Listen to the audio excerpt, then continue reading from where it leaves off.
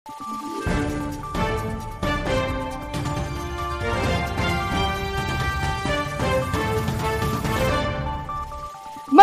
araw, Pilipinas! Ito ang Valiente News hatid sa inyo ng Office of the Vice President. Daang-daang mga residente mula sa Catanduanes at Sorsogon na naapektuhan sa nagdaang bagyong Pipito ang hinandugan ng relief boxes ng OVP Bicol Satellite Office. Ang detalye, alamin natin sa ulat na ito.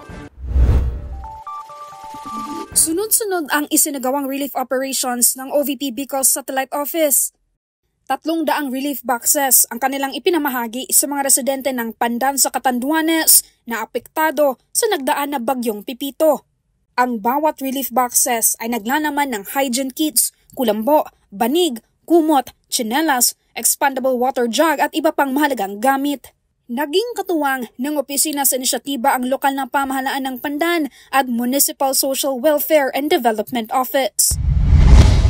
Kapareho na aktibidad din ang inilunsad ng opisina sa bayan ng Matnog at Huban, Sorsogon upang alalayan ang mga pamilyang apektado sa matinding pagbaha dulot ng shear line. Sa kabuuan, 589 na mga food bags ang ipinamahagi sa nasabing mga bayan.